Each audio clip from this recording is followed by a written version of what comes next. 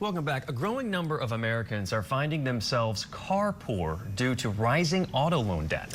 A recent report from Edmunds reveals that nearly 1 in 4 people with a car loan owe more on their vehicle than it's worth. And get this, the average upside down balance is a record high of $6,400. Even more alarming, 22% of those with negative equity owe $10,000 or more. Here to discuss what's fueling this troubling trend, seasoned financial expert and CPA David Peters. Good morning to you, sir. Let's start with just simply the high cost of those vehicles. What is driving it? Well, I think that there's a lot of things that are causing that cost to be high. I mean, it's a lot of the things that have to do with owning a car. It's, auto insurance rates being very, very high. It's the loan interest rates, even though we got a drop in the federal funds rate here recently, doesn't mean that loan interest rates aren't high. Also, the cost of repairs remains high, too. And so it's all of those things kind of together that I think are really causing a lot of problems for people.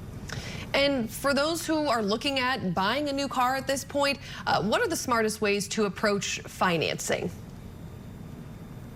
Well, I think that the biggest thing is not being afraid to look around. I mean, one of the things that is important to remember is that the dealer financing may not necessarily be the best deal. I mean, one of the things that you can do is look to banks to potentially get a loan through a bank instead of looking to get a loan through the dealership. Dealership loans are very convenient because they're right there, but that doesn't mean that they're going to have the lowest interest rate, and it doesn't mean that they're going to have necessarily going to have the best terms.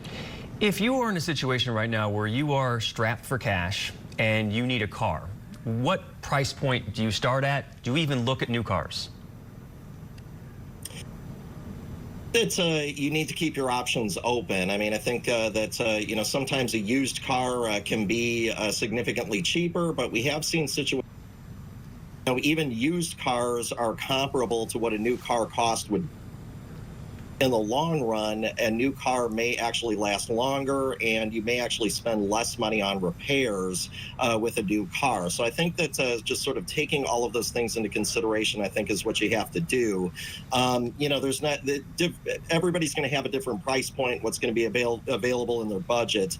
My best advice is to save as much as you can, put the biggest down payment that you can, and that should make it so that if you do have to finance something, hopefully those payments won't be too high.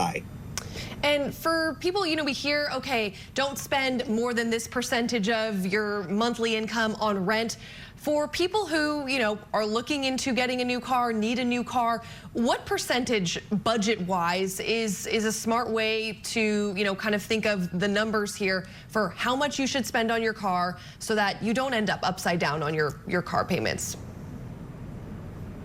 Well, I think for me, I don't have a sort of set percentage. What I typically look at, though, is I look at how this looks with the budget. And so, if we already have, we are spending a lot on rent, then that doesn't leave much room in our budget for making car payments.